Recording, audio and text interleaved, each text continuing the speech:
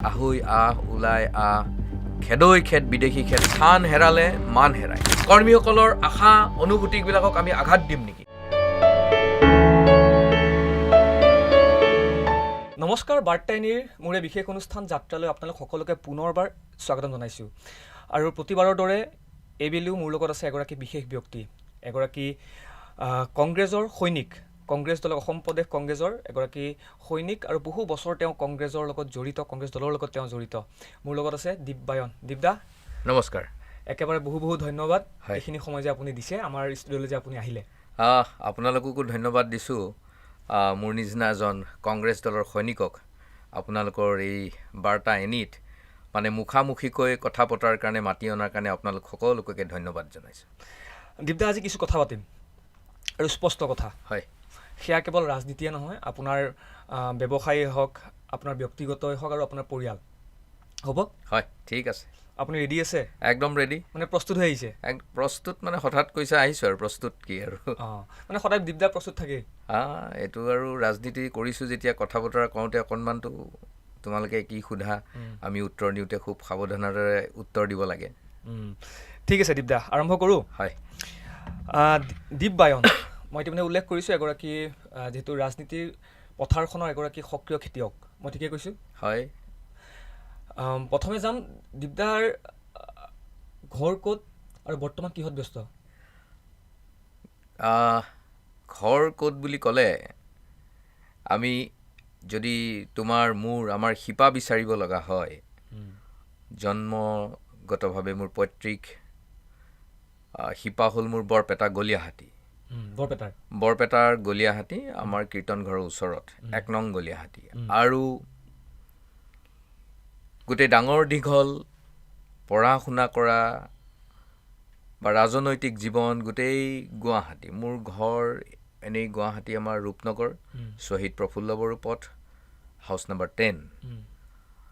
আৰু গুৱাহাটীতে জন্ম, ডাঙৰ দীঘল, পঢ়া শুনা গুৱাহাটী।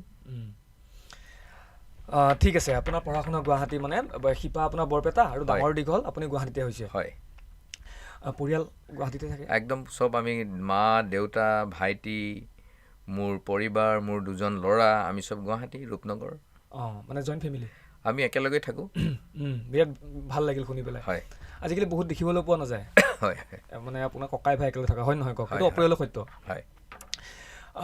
আপোনাৰ পঢ়া শুনা যেতিয়া শেষ কৰিলে, হয়, তাৰপিছত আপুনি কংগ্ৰেছ দললৈ আহিলে নে পঢ়ি থাকোঁতে? মই আচলতে পঢ়ি থাকোঁতে মানে যেতিয়া উলুবাৰী হায়াৰ ছেকেণ্ডেৰীৰ পৰা মেট্ৰিক পাছ কৰিলোঁ 90 চনত, তেতিয়া আমাৰ মুখ্যমন্ত্ৰী হিতেশ্বৰ শইকীয়া আমি সান্নিধ্য পাবৰ কাৰণে সক্ষম হৈছিলোঁ। তেতিয়া আচলতে কংগ্ৰেছ বুলি ক'লে বহু মানুহ কংগ্ৰেছৰ পৰা, অসমৰ প্ৰায় জনসাধাৰণ কংগ্ৰেছৰ পৰা আঁতৰত আছিল। তেতিয়া এটা জাতীয়তাবাদৰ ঢৌ, আৰু সেই সময়ত অসম আন্দোলনৰ পিছত সেই আহৈ আহ ওলাই আহ খেদৈ খেদ বিদেশী খেদ, সেই গোটেই কথাবিলাকৰ মাজত কংগ্ৰেছ দল কৰাটো এটা পৰিৱেশটো অলপ বৰ টান আছিল। কিন্তু যেতিয়া পঢ়া শুনা কৰি কলেজলৈ যেতিয়া ঢাপলি মেলিছোঁ, বি বৰুৱা কলেজলৈ, তেতিয়া আদৰ্শৰ কথাবিলাক আহিল, ৰাজনীতিৰ কথাবিলাক আহিল। তেতিয়া দেখিলোঁ যে কংগ্ৰেছ দলৰ আদৰ্শ বাকী বহু দলৰ আদৰ্শতকৈ পৃথক, আৰু দেশখনৰ কাৰণে, ভাৰতবৰ্ষৰ কাৰণে, যিখন ভাৰতবৰ্ষৰ আমি অনৈক্যৰ মাজত ঐক্য বিৰাজ কৰা ভাৰতবৰ্ষ, যিখন অসম দেশ, অনৈক্যৰ মাজত ঐক্য বিৰাজ কৰা অসম দেশ, যিখন অসম দেশত আমি শংকৰ মাধৱ শংকৰ আজানৰ দেশ বুলি কওঁ, জ্যোতি বিষ্ণুৰ দেশ বুলি কওঁ, এই গোটেই পৰিৱেশটোৰ লগত খাপ খোৱা ৰাজনৈতিকভাৱে যদি আগুৱাই নিব লাগে দেশখনক, তেতিয়াহ'লে কংগ্ৰেছ দলৰ যিটো আদৰ্শ, সেই আদৰ্শটো যথেষ্ট ভাল আছিল। আৰু সেই সময়ত মই নিশ্চয়কৈ মোৰ মনত পৰিছে, তেতিয়া কটনৰ অধ্যাপক আছিলে, অসমীয়া বিভাগৰ অধ্যাপক প্ৰফেচাৰ বিমল ভূঞা, শইকীয়া ছাৰৰ লগত খুব ভাল আছিলে তেখেতৰ। আৰু সেই বিমল ভূঞা দেৱৰ লগত সান্নিধ্যত আমি পৰিছিলোঁ, আৰু তেতিয়া কলেজত নেতৃত্ব দিছিলোঁ আমি বি বৰুৱা কলেজত।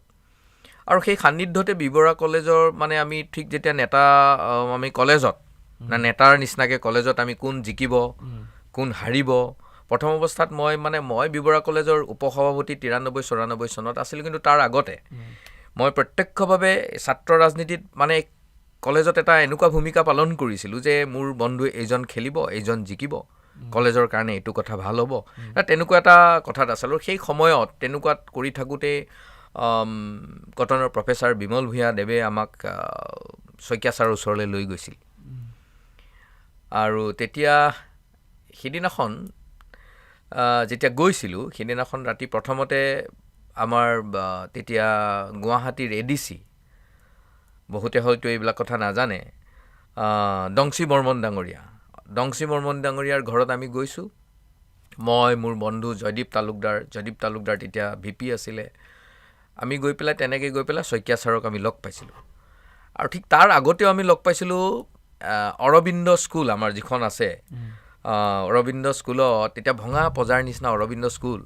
আৰু সেই স্কুলত তাৰমানে কি হয়, তেতিয়া অসমৰ অসমীয়া ল'ৰা ছোৱালীবিলাক কংগ্ৰেছৰ প্ৰতি তেতিয়া নাহে। আমি প্ৰায় 7জন ল'ৰা, ত্ৰিদীপ নাৰ্জাৰী আজি এই পৃথিৱীত নাই, উইলিয়ামছ এই পৃথিৱীত নাই, তেনেকুৱা আমি প্ৰায় 7জন ল'ৰাই মনে মনে ঘৰত নোকোৱাকৈ তাত এখন সভা হৈছিল, 7জন ল'ৰা। আৰু সেই 7জন ল'ৰাক লগ পাবৰ কাৰণে অসমৰ মুখ্যমন্ত্ৰী হিতেশ্বৰ শইকীয়া আহিছিলে। তো এনেধৰণে আমি কংগ্ৰেছ ৰাজনীতিলৈ আহিছিলোঁ। আৰু বিবৰা কলেজতো সেই সময়ত কংগ্ৰেছৰ আদৰ্শেৰে ডেকা শক্তিক যে দেশখনৰ কাৰণে ভাল, সেই কথাবিলাক বুজাই বৰাই আমি তেতিয়া তেনেধৰণে কংগ্ৰেছৰ ৰাজনীতিলৈ আহিছিলোঁ। ঠিক আছে। আপুনি মই যিখিনি জানো 1992 চনৰ পৰা আজিলৈকে হয়, আপুনি কংগ্ৰেছ কৰি আছে? একদম কৰি আছে, একদম। ঠিক আছে। মই এতিয়া অন্য এটা বিষয়লৈ আহোঁ। হয়, দীপদা, এতিয়া আপোনাৰ কি ব্যৱসায় নে বেলেগ কিবা উপাৰ্জনৰ থল?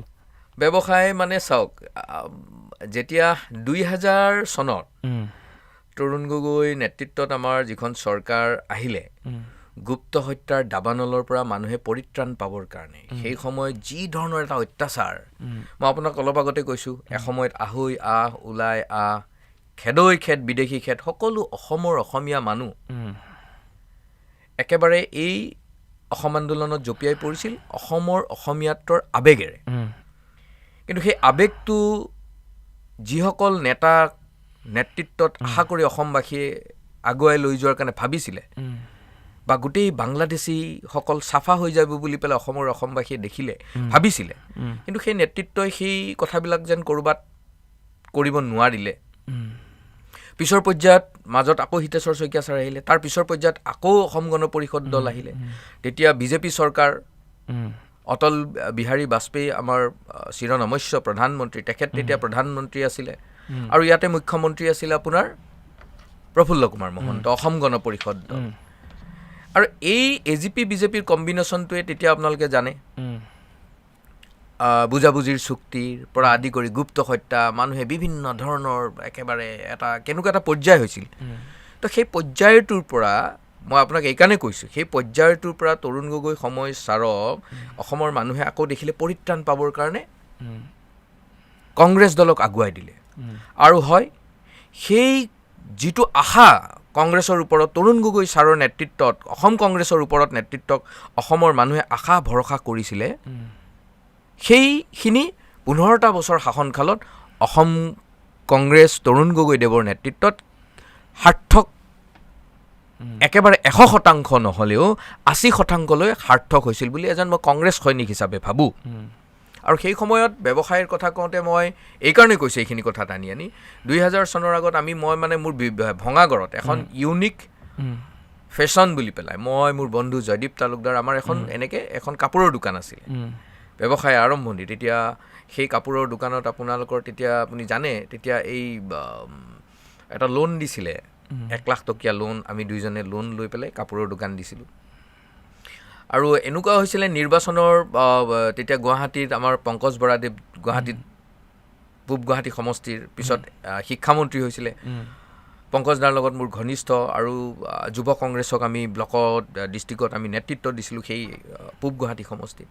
তেতিয়া মোৰ সেই দোকানখন হৈ গৈছিলে কংগ্ৰেছৰ পূব গুৱাহাটী সমষ্টিৰ, দোকান হৈ থকা নাছিলে, মানে আড্ডাৰ ঘাটি নহয়, তাৰ পৰা আমি কেনেধৰণে ষ্ট্ৰেটেজি কৰি ৰূপনগৰ এৰিয়া অঞ্চলত, বিৰুবাৰীৰ অঞ্চলত, টিভি টাৱাৰ অঞ্চলত 22 number, 23 number, 24 number, 25 number, 26 number, 27 number, 28 number, এই এলেকাবিলাকত আমি কংগ্ৰেছ ৰাইজৰ মাজত ঘৰে ঘৰে কেনেকৈ যাম, ৰাইজক কি ধৰণে বুজাম, মোৰ সেই দোকানখন গোটেই আমাৰ তেতিয়া এই কুশল শৰ্মা মেয়ৰ আছিলে। এতিয়া আপুনি নিজকে কংগ্ৰেছী বুলি কৈ পেলাই পৰিচয় দি ভাল পায় নে এগৰাকী ব্যৱসায়ী বুলি কৈ আপুনি পৰিচয় দিয়া এই মানুহ? ব্যৱসায়টো কেতিয়াও নহ'ল মানে কি, চেষ্টা কৰিছিলোঁ, চেষ্টা কৰি থকা যায়, কাৰণ পৰিয়াল ঘৰখন চলাইতো নিব লাগিব।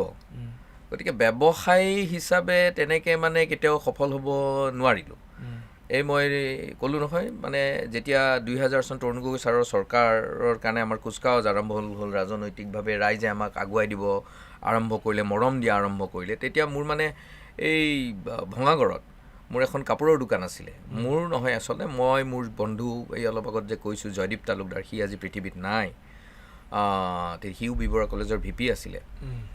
আমি দুজনে কাপোৰৰ তাতে ইউনিক ফেশ্বন বুলি পেলাই এখন কাপোৰ, আজি যে নতুন নতুন কিছুমান তোমালোকে দেখিছানে, বহু দোকান বাহিৰৰ পৰা বস্তু আহে, আমি তেতিয়াই তাৰমানে তেনেকৈ এটা কৰিছিলোঁ, আৰু নতুনত্ব, আৰু বহুত আমি কাষ্টমাৰো আছিল।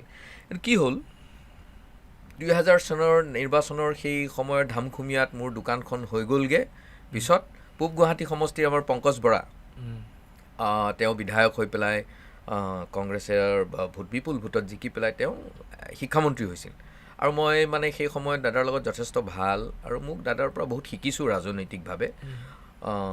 তেখেত এজন যথেষ্ট শিক্ষিত ব্যক্তি, জ্ঞানী ব্যক্তি। আচ্ছা, সেই সময়ত এই দোকানখন মোৰ হৈ গ'ল কি, পূব গুৱাহাটী সমষ্টিৰ এই 24 নম্বৰ, 23 নম্বৰ, 25 নম্বৰ, 26 নং, 27, 28 এনেকৈ গোটেই অঞ্চলটোৰ মানে আমি কি ধৰণে ৰাইজৰ ওচৰত যাম, কেনেকৈ কথা বতৰাবিলাক, কংগ্ৰেছৰ কথা বতৰাবিলাক লৈ যাম, সেই দোকানখন মানে আমাৰ অফিচৰ নিচিনা হৈ গ'ল। মোৰ মানে এতিয়া ব্যৱসায়ীৰ দোকান কম হৈ পেলাই তাত গোটেই সেইটো অফিচ হৈ গ'ল। তেতিয়া কুশল শৰ্মা ডাঙৰীয়া, বাদল দে, অনুপ শৰ্মা পিম্পু দা এতিয়া নাই, ভৰত চক্ৰৱৰ্তী ইত্যাদি কৰি অনিল সিং, বাসন্তী বড়ো, মহেশ দাস, এনেকুৱা বহুত দিগজ গুৱাহাটীৰ, আৰু আমি সকলোবিলাক তেতিয়া সেই অফিচত আহি পেলাই আমি তেতিয়া আলোচনা কৰোঁ আৰু কেনেধৰণে।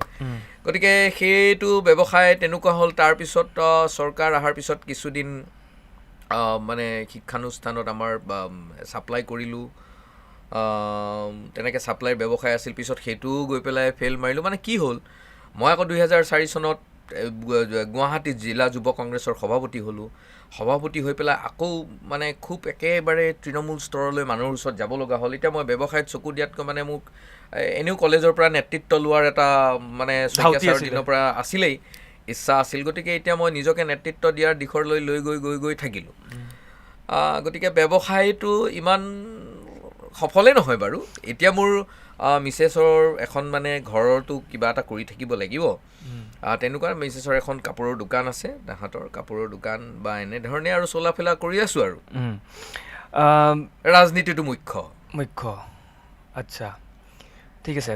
আপুনি দুটামান কথা শুনি স্পষ্টকৈ ক'ব। একদম, যিহেতু আপুনি একেবাৰে দীৰ্ঘ এটা যাত্ৰা, এই ৰাজনৈতিক যাত্ৰা, আজিৰ সময়ৰ মন্ত্ৰী পীয়ুষ হাজৰিকাই হওক, মন্ত্ৰী জয়ন্ত মল্লবৰুৱাই হওক, যথেষ্ট ঘনিষ্ঠ আছিলে আপুনি। লগতে আপুনি মুখ্যমন্ত্ৰীও যথেষ্ট ঘনিষ্ঠ আছিলে, মই যিখিনি গম পাওঁ। সেই সময়ত কি ধৰণে ঘনিষ্ঠ আপোনালোকৰ, মানে সেই ৰাজনৈতিক যিটো বন্ধুত্ব বুলি কয়, কি ধৰণৰ আছিলে? মানে চাওক, যেতিয়া আমি বি বৰুৱা কলেজত থাকোঁতে শইকীয়া ছাৰৰ লগত যেতিয়া সোমাইছিলোঁ ফ্ৰী থিংকাৰ্ছ ফ'ৰাম, তেতিয়া হিমন্ত বিশ্ব শৰ্মা আজিৰ মুখ্যমন্ত্ৰী, তেখেতে আমাৰ এই যুৱ কল্যাণ পৰিষদৰ চেয়াৰমেন আছিলে। তেখেতে ওতঃপ্ৰোতভাৱে শইকীয়া ছাৰৰ লগত জড়িত আছিলে। আমি পিছত গোটেই কলেজবিলাকে, তেতিয়া বি বৰুৱা কলেজৰ পৰা মই আছিলোঁ, তাৰপিছতে তোমাৰ এনেকৈ ইঞ্জিনিয়াৰিং কলেজৰ পৰা আছে, মই কৈ আছোঁ, ইঞ্জিনিয়াৰিং কলেজৰ পৰা আছিলে জেনেৰেল ছেক্ৰেটাৰী, VP, মেডিকেল কলেজৰ পৰা আছিলে দেৱকমল কাকতি, তাৰপিছতে এনেকৈ বহুত ধৰণৰ ব্যক্তি। আমাৰ এতিয়া ফ্ৰী থিংকাৰ্ছ ফ'ৰাম বুলি এটা ফ'ৰাম আছিলে, যিটো ফ'ৰামত ৱৰ্কিং প্ৰেছিডেণ্ট আছিলে বিমল ভূঞা, আৰু প্ৰেছিডেণ্ট আছিলে ডক্টৰ ভূপেন হাজৰিকা, আৰু গোটেই সেইটোৰ উদ্যোগটো লৈছিলে হিতেশ্বৰ শইকীয়া ছাৰে। গতিকে হিমন্ত দাৰ লগত বা মুখ্যমন্ত্ৰী ডাঙৰীয়াৰ লগত তেতিয়াৰ পৰা এটা আমাৰ সম্পৰ্ক আছিলে। আৰু জয়ন্ত মল্লবৰুৱা বি বৰুৱা কলেজত মই কৈছোঁৱে আমি তেতিয়া GS কোন হ'ব কলেজত, VP কোন হ'ব, এনেকুৱা মানে এটা সকলোৰে লগত ভাল কাৰণে এনেকুৱা ধৰণৰ এটা দিছিলোঁ। আৰু গতিকে আমাৰ ভাল আছিলে যুৱ কংগ্ৰেছ আমি একেলগে কৰিছোঁ। NSY পীযুষ আজিৰ মন্ত্ৰী পীযুষ হাজৰিকা ডাঙৰীয়া NSY কৰিছিলে। NSYৰ পিছত যেতিয়া পৱন সিং ছাৰ ঘাটোৱাৰ ছাৰ, শ্ৰদ্ধাৰ পৱন সিং ঘাটোৱাৰ ছাৰ আমাৰ যেতিয়া সভাপতি আছিলে, তেতিয়া NSYৰ প্ৰেচিডেণ্ট পীযুষ তাৰ আগতে হ'ব খুজিছিলে, হ'ব নোৱাৰিলে বিভূতি বৰঠাকুৰ হ'ল, বিভূতি হৈছিলে। তাৰপিছতে তেনেকৈ সেই সময়ত আহি আকৌ পীযুষহঁতক আনি Haren Das sir general secretary, Borkotoky sir, পীযুষহঁতৰ মানে ভাইৰ নিচিনা, দাদা ভাইৰ সম্পৰ্ক আনি পেলাই তেনেকুৱা। পিছত পীযুষ হাজৰিকাদেৱ ইউথ কংগ্ৰেছৰ প্ৰেচিডেণ্ট হ'ল। এইবোৰ বহুত আৰু তেতিয়া আমি চব একেলগে থাকি পেলাই ছাত্ৰ ৰাজনীতি, যুৱ কংগ্ৰেছৰ ৰাজনীতি, ৰাইজৰ ওচৰত কেনেকৈ নিব লাগিব, একেবাৰে আমি দিন ৰাত একাকাৰ কৰি কংগ্ৰেছৰ হৈ পেলাই কাম কৰিছিলোঁ। ঠিক আছে, সেইটো এটা সম্পৰ্ক তেতিয়া সেই দিনত আছিলে। মোৰ ঘপককৈ মনত পৰে এটা কথা, যিটো সময়ত কংগ্ৰেছৰ যিটো বিসম্বাদ প্ৰথম ষ্টাৰ্ট হৈছিলে, আৰম্ভ হৈছিলে, এটা ভাগ আপোনাৰ তৰুণ গগৈৰ ভাগ, এটা ভাগ আপোনাৰ আজিৰ মুখ্যমন্ত্ৰী ডক্টৰ হিমন্ত বিশ্ব শৰ্মাৰ এটা ভাগ, তেওঁৰ লগত আপোনাৰ কেইবাজনো MLA আছিলে, সেয়া লগা হ'লে পীয়ুষ হাজৰিকাই হওক, আপোনাৰ জয়ন্ত মল্লবৰুৱাই হওক, বিভিন্নজন আছিলে। আৰু এগৰাকী কংগ্ৰেছ কৰ্মী হিচাপে আপুনি কিন্তু তেওঁৰ ফলীয়া আছিলে, ডক্টৰ হিমন্ত বিশ্ব শৰ্মাৰ ফলীয়া। আৰু বহু কথা আপুনি হিমন্ত বিশ্ব শৰ্মাৰ ড্ৰয়িং ৰুমতো বহু কথা আপুনি পাতিছে, আৰু বহু কথা তেওঁৰ আপোনাৰ বেডৰুমতো কিছু কথা আপোনালোকে পাতিছে। কিন্তু তেওঁলোকৰ লগত নাথাকি পেলাই আপুনি আকৌ কিয় এইফালে গুচি আহিলে কংগ্ৰেছলৈ?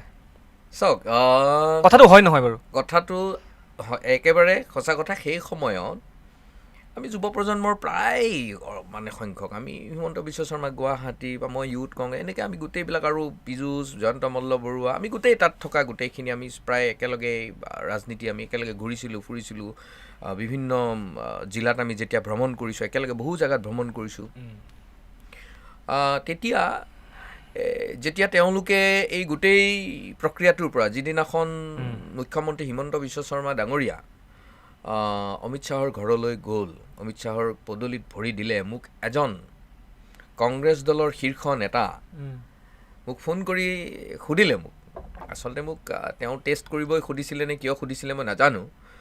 মোক সুধিলে, মোক কৈছে তেখেতে যে মোক দীপ বায়ন, এনেই দীপ বুলি মাতে, সেইদিনাখন মোক কৈছে দীপ বায়ন। বোলো হয় দাদা, আপুনিতো এতিয়া ভাৰতীয় জনতা পাৰ্টীৰ যুৱ মৰ্চাৰ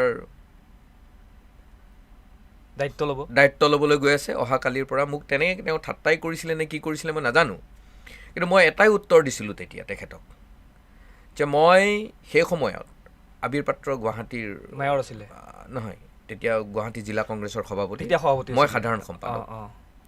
মই তেতিয়া কৈছোঁ যে মই আদৰ্শক বিশ্বাস কৰোঁ, আৰু কংগ্ৰেছৰ আদৰ্শেৰে ৰাইজৰ কাৰণে, ৰাইজৰ হকে কাম কৰাৰ কাৰণে ইচ্ছা প্ৰকাশ কৰি আহিছোঁ, কৰি যাম, ভৱিষ্যতেও কৰি যাম।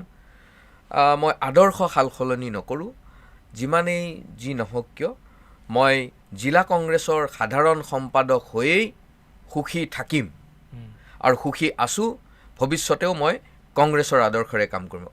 তেতিয়া তেখেতে কৈছে, আপুনি মানে একেবাৰে পূৰ্ণ কংগ্ৰেছী? মই বোলো হয়, মই একেবাৰে আদৰ্শগতভাৱে কংগ্ৰেছ দলৰ আদৰ্শৰে দেশক সেৱা কৰাৰ মনোবাঞ্ছা পূৰণ ৰাখিছোঁ, আৰু তেনেধৰণে কাম কৰিম বুলি আগবাঢ়িম, মই তেনেকৈ ক'লোঁ তেখেতক। তেতিয়া কি অফাৰ আহিছিল আপোনাৰ পৰা, বিজেপিৰ ফালৰ পৰা? নাই অফাৰ বুলি নহয়, তেতিয়া চাওক, এটা এইটো অপ্ৰিয় সত্য, এটা ডাঙৰ টীম গৈছে সেইটো সময়ত কংগ্ৰেছৰ পৰা, এক্টিভ টীম, আৰু সকলোৰে আইডিঅলজি বেলেগ বেলেগ, আৰু সেই সময়তো দীপ বায়নো আছিলে মুখ্যমন্ত্ৰীৰ সেই টীমটোত, নিশ্চয় আপুনি অফাৰ পাইছিলে? চাওক, অফাৰ বুলি নহয়, কেতিয়াবা কি হয় জানে, আমি শিকিছোঁ, বুজিছোঁ যে স্থান হেৰালে মান হেৰায়। হয়, মোৰ ৰাজনৈতিক উত্তৰণ দলত দেৰি হৈছে, দেৰি হোৱাৰো কাৰণ আছে। মই কেতিয়াও ভবা নাছিলোঁ যুৱ কংগ্ৰেছ কৰি থাকোঁতে যে মই আজি যুৱ কংগ্ৰেছ কৰি আছোঁ, কংগ্ৰেছৰ পাঠশালাত শিকি আছোঁ, মই কংগ্ৰেছৰ পৰা টিকট বিচাৰিম, এনেধৰণৰ মানসিকতা আমাৰ নাছিলে। আমি পূৰ্ণতা পাবৰ কাৰণে যে ভাবিছিলোঁ যে কংগ্ৰেছ আদৰ্শগতভাৱে NSY কৰিলোঁ, ইউথ কংগ্ৰেছ কৰিলোঁ, পেৰেণ্ট কংগ্ৰেছ কৰিলোঁ, একেবাৰে ষ্টেট কংগ্ৰেছ কৰোঁ, পূৰ্ণতা যেতিয়া ভাবিম যে মই পূৰ্ণভাৱে কংগ্ৰেছ দলটোক আয়ত্ব কৰিছোঁ, ৰাইজৰ ওচৰত নিয়াৰ কাৰণে মই ৰাজনৈতিকভাৱে পৰিপক্ক হৈছোঁ, তেতিয়াহে টিকট বিচাৰিম। কিন্তু কথাটো হ'ল কি, যা হওক, তো সেই কথাবিলাক চাওক, মই আকৌ কৈছোঁ, স্থান হেৰালে মান হেৰায়। গতিকে আমি স্থান হেৰুৱাৰ ৰাজনীতিৰ লগত একাত্ম হৈ আছিলোঁ, স্থানটো হেৰুৱাব বিচৰা নাছিলোঁ, মানটো যথেষ্ট ৰাখিছিলোঁ, সন্মান যিটো পাব লাগে ৰাইজৰ পৰা, মৰম পাব লাগে, আইনাৰ ওচৰত যাতে নিজক চালে যে মই দীপবায়নে স্থান হেৰুওৱা নাই আৰু মানো হেৰাব নিদিওঁ। গতিকে এই কথাত বিশ্বাস কৰোঁ। মানে মুখ্যমন্ত্ৰীৰ দৰে দীপবায়নৰ কমিউনিষ্ট এলাৰ্জি আছে নেকি?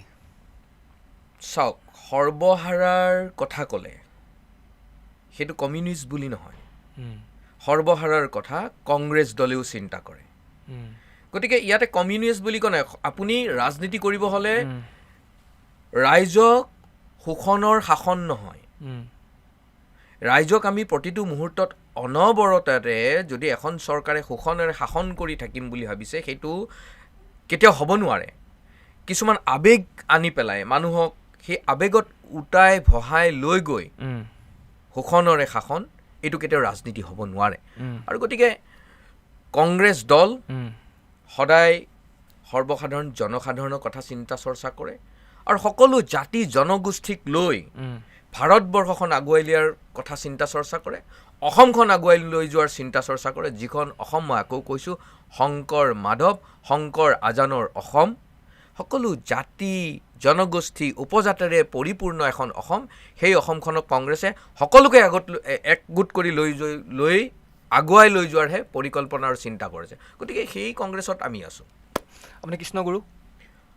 কৃষ্ণগুৰু নহয়, আমি দীপবায়ন, নিশ্চয়কৈ আমি সত্ৰ সংস্কৃতিৰ লগত জড়িত ব্যক্তি আৰু সকলোকে সন্মান কৰাটোৱে আমাৰ ধৰ্মই এটা কথা বুজাইছে। হিন্দু ধৰ্ম মানে কি? সকলো ধৰ্মই এই কথাটোকে শিকায়। হিন্দু ধৰ্মটো এইটোৱে আছে যে সকলো ধৰ্মক সমান হিচাপে চিন্তা চৰ্চা কৰিব লাগিব। আৰু গুৰুজনাৰ যিটো আদৰ্শ, মই ৰাজনীতিৰ লগত জড়িত থকা ব্যক্তি, যে ৰজাৰ কোনো জাতি থাকিব নোৱাৰে, ৰজাৰ কোনো ধৰ্ম থাকিব নোৱাৰে, ৰজা জাতি ধৰ্মৰ ঊৰ্ধত চিন্তা চৰ্চা কৰিব লাগিব, তেতিয়াহে দেশত সুশাসন হ'ব। গতিকে মই গুৰুজনাৰ আদৰ্শ, আমি অসমত গুৰুজনাৰ কথা কওঁ হয়, কিন্তু এই আদৰ্শটো আমি ৰাজনৈতিক ব্যক্তিসকলে কিমান পালন কৰিছোঁ? যদি ৰাজনৈতিক ব্যক্তিসকলে গুৰুজনাৰ এই সাৰ মৰ্মটো উপলব্ধি কৰিব জানো, তেতিয়া অসমখন বহু আৰু আগুৱাই গ'লহেঁতেন। আপুনি বৰপেটা লোকসভা সমষ্টিৰ পৰা নিৰ্বাচন খেলিছিলে? 100% খেলিছোঁ। বহুত ভোট পাইছিলে? প্ৰায় ৰাইজৰ চাওক, ৰাইজে যথেষ্ট মৰম দিছিলে।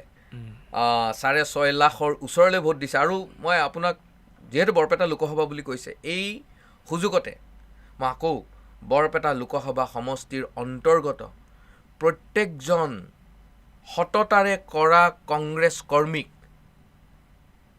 প্ৰত্যেকজন সততাৰে কৰা কংগ্ৰেছ কৰ্মীৰ কষ্ট, টকা পইচাৰ কথা চিন্তা নকৰি দলটোক আদৰ্শগতভাৱে সংবিধান ৰক্ষা কৰাৰ যুঁজত একাত্ম হৈ যুঁজ দিছিল, সেইসকলক মই আপোনাৰ এই পডকাষ্টৰ আজিৰ এই জৰিয়তে মই ধন্যবাদ জ্ঞাপন কৰিছোঁ। তাৰ লগতে বৰপেটা লোকসভা সমষ্টিৰ যি ৰাইজে ইমান মৰম দিলে, আশীৰ্বাদ দিলে, 6.5 লাখ ভোট, মইতো প্ৰথম হতাশ হৈছিলোঁ। আমি কেতিয়াও হাৰিম বুলি ভবা নাছিলোঁ। আৰু মই বুলি এই কাৰণেই কৈছোঁ, যিদিনাখন হাৰিছিলোঁ মই ভাবিছিলোঁ, অলপ হতাশ হৈছিলোঁ।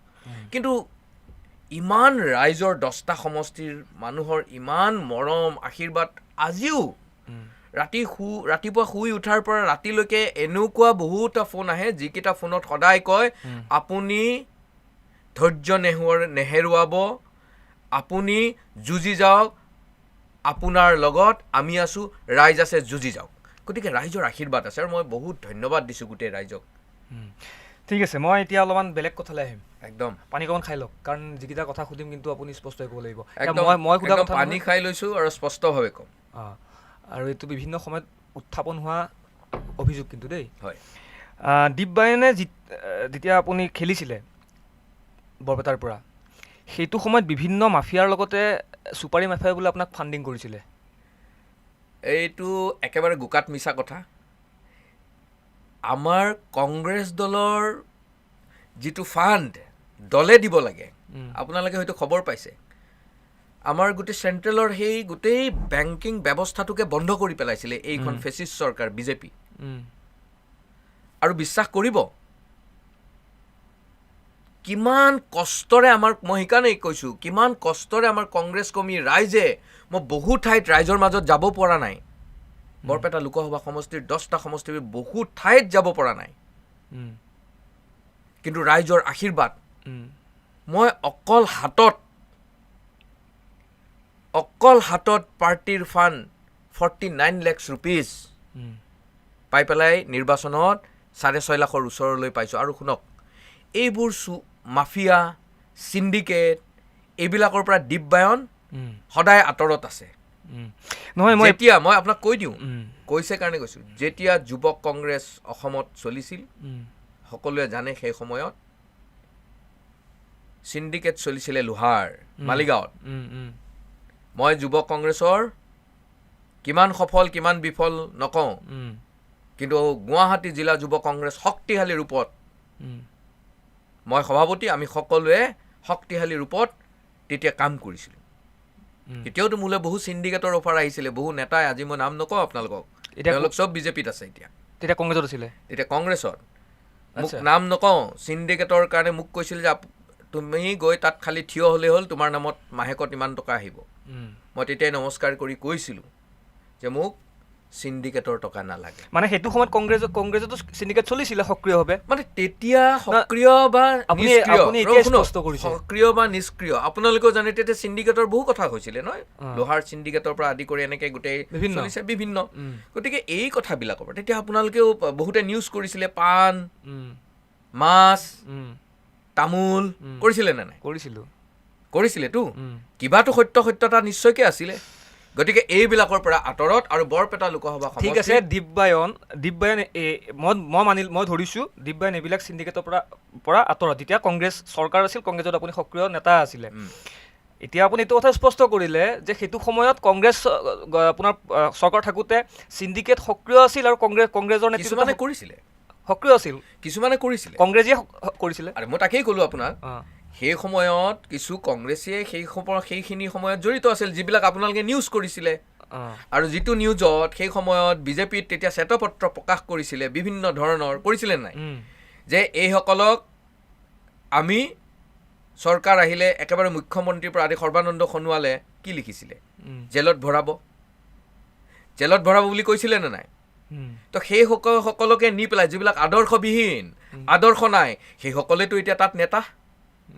গতিকে আমাক এনেকুৱা ধৰণৰ প্ৰলোভন, এই চিণ্ডিকেট, এই কথাবিলাকত আমাক সাঙুৰি লাভ নাই, আমি নাইও কেতিয়াও। আৰু এই বৰপেটা লোকসভা সমষ্টিত ৰাইজৰ আকণ্ঠ মৰম, নেতা কৰ্মীৰ আদৰ্শগত মানে কৰি যোৱা সংঘাতৰ বিনিময়ত আমি এইখিনি ভোটলৈ আগবাঢ়ি গৈছোঁ। আৰু ৰাইজে অহা দিনতো কৈছে আপোনালোকে যুঁজি যাওক, জয় অৱশ্যম্ভাৱী কংগ্ৰেছৰ। ঠিক আছে, ইয়াত স্পষ্ট কথাখিনি ক'লে, সেইকাৰণে একদম ধন্যবাদ দীপদা। আৰু এয়া মই সোধা কথা নহয় দেই, এয়া হৈছে বিভিন্ন সময়ত আপোনাৰ উত্থাপন হোৱা একো অভিযোগ। লগতে আপুনি মই বেলেগ বিষয়লৈ যাম, লগতে আপুনি বৰপেটা সমষ্টিৰ কথা যিটো আমি পাতি আছোঁ, এনেকুৱা অভিযোগ উত্থাপন হৈছে যে বৰপেটা সমষ্টিত যেতিয়া আপুনি প্ৰাৰ্থিত্ব পাইছিলে, তেতিয়াও আপোনাৰ বিজেপিৰ লগত বুজা পৰা আছিলে বোলে, যাৰ পৰিপ্ৰেক্ষিতত আপুনি হিন্দু এলেকাতকৈ মুছলমান সক্ৰিয় এলেকাসমূহত আপুনি বেছিকৈ তাত গৈছিলে আৰু নিৰ্বাচনী প্ৰচাৰ চলাইছিলে। গোটেই কথাবিলাক মানে আপোনালোকে চাব দেই, মোৰ হাঁহি উঠিছে এইকাৰণে, আৰম্ভণিৰ পৰা ৰাজনীতি, মানে মই বৰপেটা লোকসভা সমষ্টিত যেতিয়া প্ৰাৰ্থী হ'লোঁ, প্ৰাৰ্থী হোৱাৰ পৰাই এনেকুৱা ধৰণৰ এটা টিভি মিডিয়াত এনেকুৱা ধৰণৰ প্ৰচাৰ আৰম্ভ হ'ল যে দীপবায়নে প্ৰাৰ্থিত্ব প্ৰত্যাহাৰ কৰিব। হয়, মই সেইকাৰণে সুধিছোঁ, মই যাম সেইখিনি কথা। প্ৰাৰ্থিত্ব প্ৰত্যাহাৰ কৰিব, এই কথাটো কোনে প্ৰচাৰ কৰিছে? এই কথাটো কোনে প্ৰচাৰ কৰিছে? আচ্ছা, প্ৰাৰ্থিত্ব প্ৰত্যাহাৰ নহ'ল, চাব দেই, প্ৰাৰ্থিত্ব প্ৰত্যাহাৰ নহ'ল, তেওঁলোকে যিটো এটা প্ৰপগণ্ডা মানুহৰ মাজত চলাই আছিলে, মানুহক মানে বিভ্ৰান্ত কৰি পেলাই। কোনটো শক্তিয়ে কৰিছিলে সেইটো? মই কৈ গৈ আছোঁ আপোনাক। অ'কে, ঠিক আছে। বিভ্ৰান্ত কৰাৰ কিছু পৰিৱেশ তৈয়াৰ কৰিছিলে। 2 নম্বৰ কি হ'ল, আমি বহু মানুহে বৰপেটাত যেতিয়া প্ৰাৰ্থিত্ব আমি দিলোঁ, আমিবিলাকে গৈ মই জাকিৰ হুছেইন চিকদাৰ, আমাৰ সভাপতি জিতেন্দ্ৰ সিং ডাঙৰীয়াৰ পৰা আদি কৰি গোটেই শীৰ্ষ নেতৃত্ব সিদিনাখন বৰপেটাত ভৰি দিলে আৰু আমি হাজাৰ হাজাৰ মানুহেৰে তাত দিলোঁ। দেখিলোঁ যে মানুহটো এতিয়া বহুত। আপুনি এতিয়া এই ৰাজনীতিৰ যোগ বিয়োগ হৰণ পুৰণবোৰক অলপ চিন্তা চৰ্চা কৰিব। দিব্যায়নে দিলে। এতিয়া নলবাৰীৰ, তাৰপিছত আহিলোঁ দেই, নলবাৰীৰ যজ্ঞ মন্দিৰত 100 বছৰ তেওঁলোকৰ যজ্ঞ পূৰ্ণাহুতি দিয়াৰ যজ্ঞ হৈছিলে, মানে 100 বছৰ পূৰ্ণ কৰিছে। সেই যজ্ঞশালাত তাৰ কমিটিৰ মানুহে মোক মাতিছিলে। তাত আপোনাৰ আমাৰ সন্মানৰ ফণীভূষণ চৌধুৰী ডাঙৰীয়াৰ পৰা আদি কৰি সকলো গৈছে। আৰু মই সৌভাগ্যৱান যে তাৰ কমিটিৰ মানুহে মোক মাতিছে। আৰু মই যেতিয়া সেইখন তাত সেৱা ল'বৰ কাৰণে সৌভাগ্যৱান হৈছিলোঁ, সেই যজ্ঞত হোমৰ আহুতিৰ মই ফুট ল'ব পাৰিছিলোঁ, আশীৰ্বাদ পাইছিলোঁ, ৰাইজে মাতিছে। তেতিয়া ৰাইজ যেতিয়া তাত বহি আছিলে, আপোনালোকৰ টিভি মিডিয়া কেমেৰা সকলো বহি আছিলে তাত, এটা প্ৰপগেণ্ডা, এটা মিছা কথা সেই সময়ত প্ৰচাৰ আৰম্ভ কৰি দিলে। সিদিনাখন চাব, মই অসমৰ অসমীয়া ল'ৰা ৰাজনীতি কৰিছোঁ। আকৌ কৈছোঁ, মই অসমৰ অসমীয়া ল'ৰা ৰাজনীতি কৰিছোঁ। অসমীয়া জাতিসত্তা অসমীয়াত্বত তেজত বয়। সেৱা কৰি ওলাই আহোঁতে তাত যথেষ্ট জ্যেষ্ঠ ব্যক্তি আছে, টিভি মিডিয়া আছে। আমাৰ তেতিয়া নলবাৰী জিলাৰ সভাপতি ৰাতুল পাটোৱাৰী ডাঙৰীয়া আছে, আমাৰ সাধাৰণ সম্পাদক প্ৰদ্যুৎ ভূঞা ডাঙৰীয়া আছে। সকলো জ্যেষ্ঠ ব্যক্তিক যেতিয়া সন্মান সেৱা কৰিছোঁ, সেৱা যাচিছোঁ, তেতিয়া তাত আমাৰ অসমৰ মুখ্যমন্ত্ৰী ডাঙৰীয়াৰ মাতৃ দেৱু আছে। এতিয়া মোক আপোনালোকে কওক, মই লোকসভাৰ কংগ্ৰেছ দলৰ প্ৰাৰ্থী, লগতে মই এজন অসমীয়া জাতিৰ সংস্কৃতিক বুজি পোৱা ল'ৰা।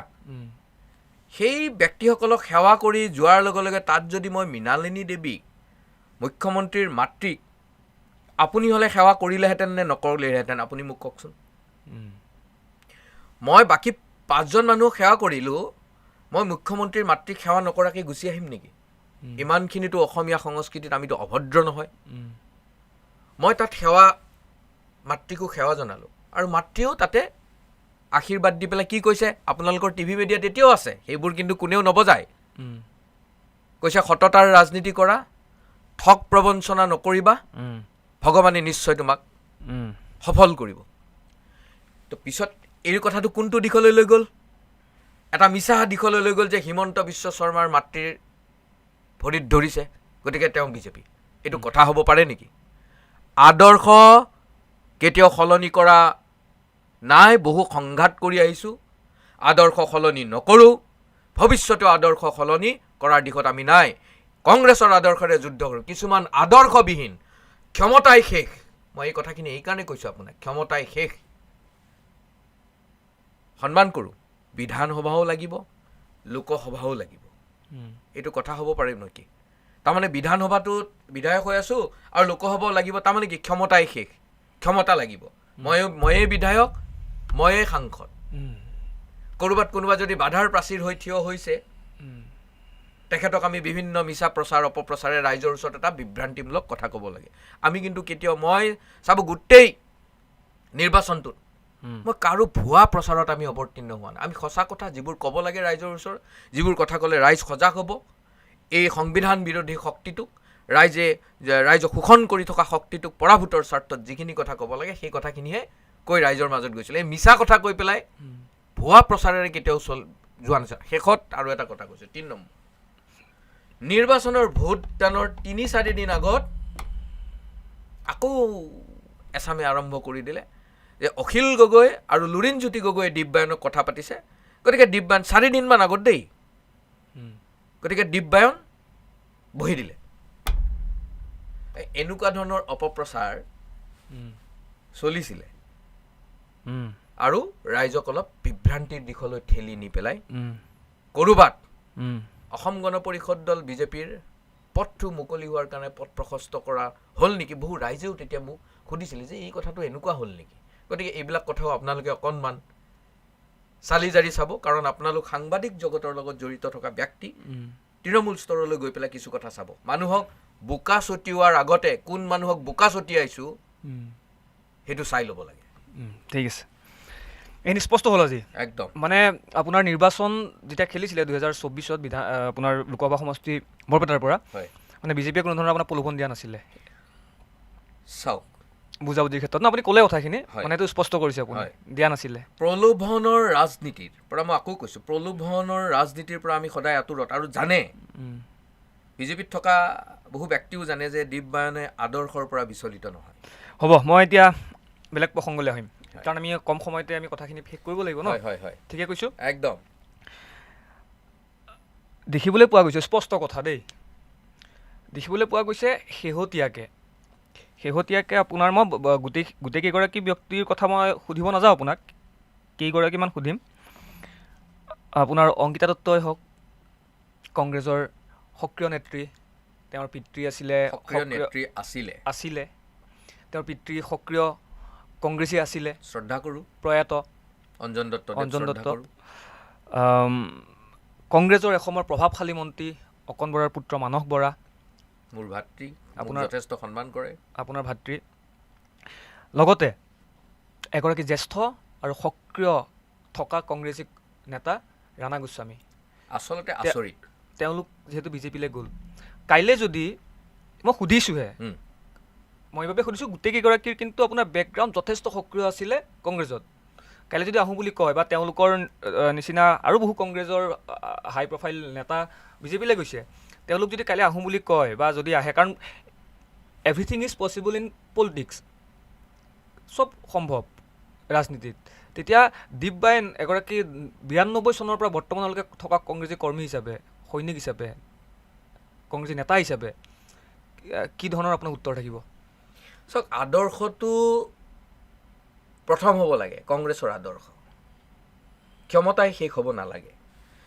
আৰু মই আকৌ কৈছোঁ মই কংগ্ৰেছতকৈ ডাঙৰ মই গ'লে কংগ্ৰেছ নোহোৱা হৈ যাব এই কথাটো ভবাটো ভুল আজি যিসকল ব্যক্তিৰ আপুনি নাম ক'লে সেইসকলক চিনাকিটো কোনে দিছে কংগ্ৰেছৰ হাতখন কংগ্ৰেছৰ পৰিচয়টো পিঠিৰ পৰা আঁতৰাই দিয়কচোন ৰাইজে চিনি পালেহেঁতেন সেই পৰ্যায়লৈ আৰু আপোনাৰ ব্যৱহাৰে আপোনাৰ পৰিচয় আপোনাৰ বন্ধু আপোনাৰ সতীৰ্থ আপোনাৰ বিপদকালত আপোনাৰ লগত থাকিব লাগে নে কোনোবা এটা আপোনাৰ বিপদৰ পৰা আঁতৰি গৈ পেলাই ভাল জেগাত অৱস্থান ল'ব লাগে আপুনি কাক বেছি প্ৰিফাৰ কৰিব নিশ্চয়কৈ আপোনাৰ বিপদৰ সময়ত থকা ব্যক্তিগৰাকী কংগ্ৰেছ দলত বহু কৰ্মী বহু নেতা এই বিপদ বুলি এইকাৰণে কৈছে যে আমি এটা কংগ্ৰেছ দল যি ধৰণে দেশ শাসন কৰে যি ধৰণে সকলোকে লৈ ভাবি চিন্তি আগুৱাই নিয়াৰ চিন্তা চৰ্চা কৰি বিজেপি তেনেকুৱা নহয় এওঁলোকে আক্ৰমণমূলকভাৱে কাম কৰে তো এই সময়টোত কংগ্ৰেছৰ শক্তি হ'ব এৰি পেলাই যে বিপৰীত ক্ষমতাৰ শকত যদি বেলেগ এটা দললৈ জাপ মাৰি গুচি যায় আৰু আদৰ্শটো একেবাৰে চাব দেই কংগ্ৰেছৰ আদৰ্শ বিজেপিৰ আদৰ্শ বিপৰীত আপুনি কেনেধৰণে নিজৰ আদৰ্শটো ইমান বছৰে কৰিলে সেই আদৰ্শটোৰ পৰা বিপৰীত আদৰ্শটোক ভাল বুলি ক'ব পাৰে ৰাইজে কি দেখি থকা নাই আমাৰ কৰ্মীবিলাকৰ কষ্টৰ মূল্যায়ন আমি নকৰিম নেকি কৰ্মীসকলৰ আশা অনুভূতিবিলাকক আমি আঘাত দিম নেকি গতিকে ভৱিষ্যতে কৰ্মীৰ আশা অনুভূতিক আঘাত দিয়াৰ ধৃষ্টতা আমাৰ কোনো কংগ্ৰেছ কৰ্মীয়ে কোনো নেতাই কৰাটো ভুল হ'ব বুলি আমি ভাবোঁ আৰু ৰাইজেও বিচৰা নাই বহু ৰাইজে কয় আপোনালোকে এই বেয়া সময়ত ওলাই যোৱা ব্যক্তিসকলক কিন্তু উভতাই নানিব আৰু যদি উভতাই আনে ৰাইজেই কয় দেই আপোনালোকৰ ওচৰত আমি নাথাকিম গতিকে আমি ৰাইজৰ কথা শুনিম নেতাৰ কথা শুনিম কৰ্মীৰ কথা শুনিম কংগ্ৰেছ কৰ্মীৰ কথা শুনিম নে আদৰ্শবিহীন কিছু মানুহৰ স্থিতিবিহীন কিছু মানুহৰ কথা শুনিম আজি চাব নাম নকওঁ ইয়াতে থাকোঁতে কেনেকুৱা এটা পৰ্যায়ত তেওঁলোক আছিলে দপদপাই আজি তাততো বিচ্ছিন্ন নোহোৱা হৈ গ'ল আজিতো হাঁহি এটাৰ পাত্ৰ আজি সন্মানৰ আমাৰ বহু ব্যক্তি তাত গৈতো নোহোৱা হৈ গ'ল গতিকে আমাৰ ৰাইজে যিবোৰ আমাক উপদেশ দি আছে কৰ্মীসকলে যিবোৰ কথা কৈ আছে সেইবিলাকতহে আমি বেছি গুৰুত্ব দিম আদৰ্শ প্ৰথম মানে নিবিচাৰে দীপবায়নে আদৰ্শ প্ৰথম। বহু কথা পাতিলোঁ হয় ৰাজনীতিৰ লগতে, আৰু আপুনি যিখিনি কথা স্পষ্ট কৰিলে হয়তো স্পষ্ট নকৰা হ'লে বহুতে নাজানিলেও হয়, হয় হয় হয়নে? তাৰ কাৰণে আপোনাকো ধন্যবাদ। বহু কথা কেতিয়াবা কোৱা নাযায়, সুধিলেহে কোৱা যায়। গতিকে আপুনি আজি মোক এনেধৰণে কথাবোৰ সুধিলে আৰু মই স্পষ্টতাৰে উত্তৰ দিছোঁ, আৰু স্পষ্টৰে কংগ্ৰেছ কৰা দিনৰ পৰা স্পষ্টতাৰেই কংগ্ৰেছ কৰি আহিছোঁ। আৰু কিছু কথা পাতিম আপোনাৰ লগত। হয় যিহেতু মই মোৰ শ্ব'ত যেতিয়া অতিথি মাতোঁ তেওঁলোকৰ বেকগ্ৰাউণ্ডটো বিষয়েহে মই অলপ বেছিকৈ জানিব বিচাৰোঁ। হয় আপুনি যিহেতু পলিটিকেলি আপুনি এক্টিভ, হয় অত বছৰে আপুনি ইমান এক্টিভলি আছে, অলপ মানে চকু মুচিছে যে কিবা আৱেগিক টাইপৰ নাই নাই নাই, একদম আৱেগিক নহয়। মোৰ অকণমান চকুৰ এইটো ভেইনটো ব্লক আছে। আচ্ছা আচ্ছা আচ্ছা, ঠিকে আছেনে? একদম ঠিক। হ'ব, আমি শেষৰ ফালে আহিছোঁ। হা যদি 26ত আপোনাক টিকেট দিয়ে, বিচাৰিবনে? ৰাইজে, বৰপেটা লোকসভা সমষ্টিৰ ৰাইজে মোক সদায় মানে উৎসাহিত কৰি থাকে। তেওঁলোকে লাগি থাকিবৰ কাৰণে কয়, আৰু লাগিও আছোঁ। হাৰাৰ এদিন পিছৰ পৰা মই বহি থকা নাই, আপোনালোকেও দেখিলে গম পাব। সকলোৱে কয় যে 26ত আপুনি আহক, বিচাৰে খেলক। হয়, আপুনি বিচাৰিব? ৰাইজে যদি কয়, দলে আগুৱাই দিব, নিশ্চয়। মানে দিব্যাইনে মানে ৰেডি আছে 26ত যুঁজ দিবৰ কাৰণে? মই সদায় কংগ্ৰেছৰ আদৰ্শৰে এই বিপৰীতমুখী স্থিতিত গ্ৰহণ কৰা মানুহক আৱেগেৰে সদায় ঠগি ঠগি থকা ৰাজনীতি কৰা ব্যক্তিসকলৰ বিৰুদ্ধে সদায় থিয় দিম। থিয় দিব? একদম। ঠিক আছে, মই এটা ৰিপিট ফায়াৰ টাইপৰ এটা আপোনাক মই প্ৰশ্ন সুধিম। হয়, আপুনি এটা, দুটা বা তিনিটা শব্দত কিন্তু আপুনি আপোনাৰ মনৰ ভাৱখিনি প্ৰকাশ কৰিব লাগিব। চেষ্টা কৰিম। হা, চেষ্টা কৰিম। চেষ্টা কৰিব? ঠিক আছে, মই এতিয়া বিজেপি যাওঁ নে কংগ্ৰেছ যাওঁ প্ৰথমতে? য'ত ইচ্ছা আপুনি। ঠিক আছে, প্ৰথমতে মই কংগ্ৰেছে গৈছোঁ। হয়, এটা, দুটা বা তিনিটা শব্দত আপুনি প্ৰকাশ কৰিব দেই। ভূপেন বৰা। শক্তিশালী নেতা। কংগ্ৰেছ দলটোক এনেকুৱা সময়ত প্ৰতিনিধিত্ব কৰি আজিৰ পৰ্যায়ত হুৰাহুৰে বিজেপিলৈ লৈ আনিব পৰা এটা শক্তিশালী অসমৰ কণ্ঠ, ভয় নকৰা ৰাজনৈতিক নেতা।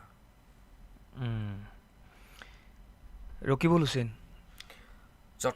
যথেষ্ট অভিজ্ঞতাৰে পৰিপুষ্ট, ৰাজনীতি কি বুজি পোৱা এজন ব্যক্তি, আৰু সমূহ সময়ত থাকি কংগ্ৰেছক আগুৱাই লৈ যোৱাৰ কাৰণে চেষ্টা কৰি থকা এজন অভিজ্ঞতাৰে পৰিপুষ্ট ৰাজনৈতিক ব্যক্তি। দেৱব্ৰত শইকীয়া।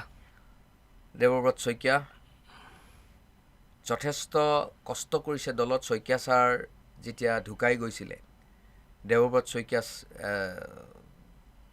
দেৱে বহু যুদ্ধ কৰি আজিৰ স্থিতিলৈ আহিছে। গতিকে একাগ্ৰতাৰে পিতৃৰ পদাংক অনুকৰণ কৰি যুদ্ধ কৰি আছে, আৰু মোৰ সন্মানৰ ব্যক্তি, কাৰণ সেইখন ঘৰৰ পৰাই মই কংগ্ৰেছৰ ৰাজনীতিলৈ আহিছিলোঁ। প্ৰদ্যুৎ বৰদলৈ। প্ৰদ্যুৎ দা সকলো আমাৰ ডেকা শক্তিৰ আশা ভৰসা। তেখেতক আমি অনুকৰণ কৰোঁ। তেখেতে কথা কোৱাৰ ধৰণ, যি ধৰণে কথা কয়, সেই কথাবিলাক আমি সদায় অনুকৰণ কৰোঁ প্ৰদ্যুৎ দা। আৰু বাকপটুতাৰে পৰিপূৰ্ণ এজন ৰাজনৈতিক ব্যক্তি। ঠিক আছে, গৌৰৱ গগৈ। গৌৰৱ গগৈ অসমৰ প্ৰতিজন নাগৰিকৰ গৌৰৱ, প্ৰত্যেকজন যুৱকৰ, আজিৰ প্ৰজন্মৰ গৌৰৱ। মই অসমৰ যি জিলাতেই নাযাওঁ কিয়, সকলোৱে গৌৰৱক অতি মৰম কৰে, আৰু এই মৰমবিলাক যিটো তেখেতৰ কাৰণে অসমৰ ৰাইজে, ডেকা শক্তিয়ে বিচাৰে বা কৰে, সেইটো উদাত্ত কণ্ঠৰে প্ৰতিনিধিত্ব কৰি অসমৰ ৰাইজৰ কথাবিলাক সংসদত উপস্থাপন কৰি গোটেই ভাৰতবৰ্ষৰ গৌৰৱ হোৱাৰ দিশলৈ গৌৰৱ গগৈ গৈছে, আৰু যথেষ্ট গৌৰৱ কৰোঁ গৌৰৱ গগৈক। ঠিক আছে, যিহেতু কংগ্ৰেছৰ কথা সুধি আছোঁ আৰু এতিয়া বিৰোধী ঐক্য হৈছে, হয়, সেইকাৰণে মই দুগৰাকী নেতাৰ কথা নুসুধিলে আধৰুৱা হ'ব। লুৰিণজ্যোতি গগৈ। যথেষ্ট মানে ৰাজনীতিত যে কথা বতৰাৰ শালীনতা, আৰু যি কথা কয় সেইটো স্থিতিত ৰৈ থকা, বা সেই স্থিতিটোক যিটো কথা ক'লে সেই স্থিতিটোৰে তেওঁ আগুৱাই যোৱাৰ কাৰণে চিন্তা চৰ্চা কৰা এটা অভিজ্ঞতাৰে, বৰ্তমানৰ সময়লৈ অভিজ্ঞতাৰে পৰিপুষ্ট, আৰু অসমত জাতিসত্তাক, অসমীয়া জাতিসত্তাক চিন্তা চৰ্চা কৰি আগুৱাই নিব পৰা এটা সত্তা। শেষত অখিল গগৈ। অখিল গগৈ ৰাইজে যথেষ্ট মৰম কৰে। অখিল গগৈৰ দেৱৰ পৰা ৰাইজে বহু আশা ৰাখে আৰু অখিল গগৈ দেৱে যিধৰণে বৰ্তমানৰ সময়ত স্থিতি ল'ব লাগে সেই স্থিতি কেতিয়াবা কেতিয়াবা অকণমান মানে টিভিটোত আমি সকলোৱে কথা কওঁতে এতিয়া আপুনি মোক বহু প্ৰশ্ন সুধিছে, প্ৰশ্নটো কওঁতে মই স্কিপ হ'ব নালাগে, শ্লিপ হৈ যাব নালাগে। গতিকে অখিল গগৈৰ পৰাও অসমৰ ৰাইজে বহু আশা কৰে। তেনে শ্লিপ অফ টাঙৰ পৰা কৈ দিয়ক। যি আপুনি ভাবিছে কেতিয়াবা কেতিয়াবা অখিল গগৈদেৱে আৱেগিক হয়, টিভিতে বহু কথা কৈ দিয়ে, গতিকে নালাগে তেনেকুৱা ক'ব, সেইটো নক'লে ভাল। ঠিক আছে, হ'ব। এতিয়া আমি আহোঁ বিজেপিলৈ। প্ৰথমে সুধিবই লাগিব মুখ্যমন্ত্ৰী ডক্টৰ হিমন্ত বিশ্ব শৰ্মাৰ কথা।